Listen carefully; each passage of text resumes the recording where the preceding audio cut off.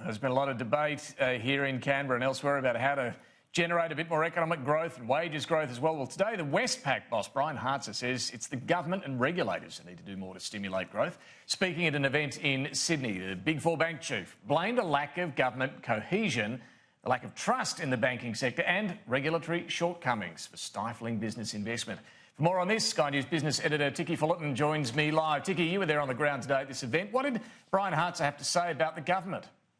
Well, look, it is very interesting when you get one of these bank leaders on their feet. He was talking about growth and he fully acknowledged that actually banks had a big part to play in terms of the regulatory comeback that they've had, their behaviour. But he did say that the government, the two political parties and the brinkmanship over how they've dealt with the Royal Commission has made policy making difficult. But he also really reserved his biggest criticism for the regulators, all of them generally, both here and indeed the Bank of New Zealand, in terms of the difficulties he's having navigating how prescriptive they all are. I mean, listen to his comment here. But I do believe the unintended consequences of the current legal and regulatory approach pose a danger for our economy. Why? Because highly prescriptive microprudential regulation reduces lenders' abilities to exercise judgment in helping customers reach their aspirations.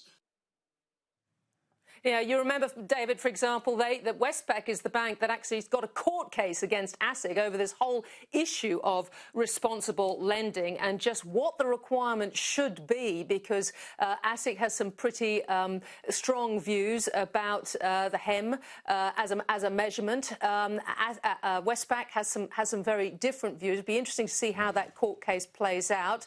Interesting also that Brian Hartzer, though, did acknowledge that when it came to APRA's bank serviceability, the regulators talk about reducing that to make it easier for borrowers to take out mortgages. If you remember, Westpac actually went ahead of APRA the other day. APRA was none too pleased about that. Brian Hartzer did acknowledge that that was an error. Yeah, and I don't know how much advice the government will be in a mood to take from the bank bosses right now. But anyway, look, a final one too, Ticky. Looking at the local market, stock exchange trading at record levels today. Well, it just goes higher and higher, doesn't it, David? There was another record, as you say, today.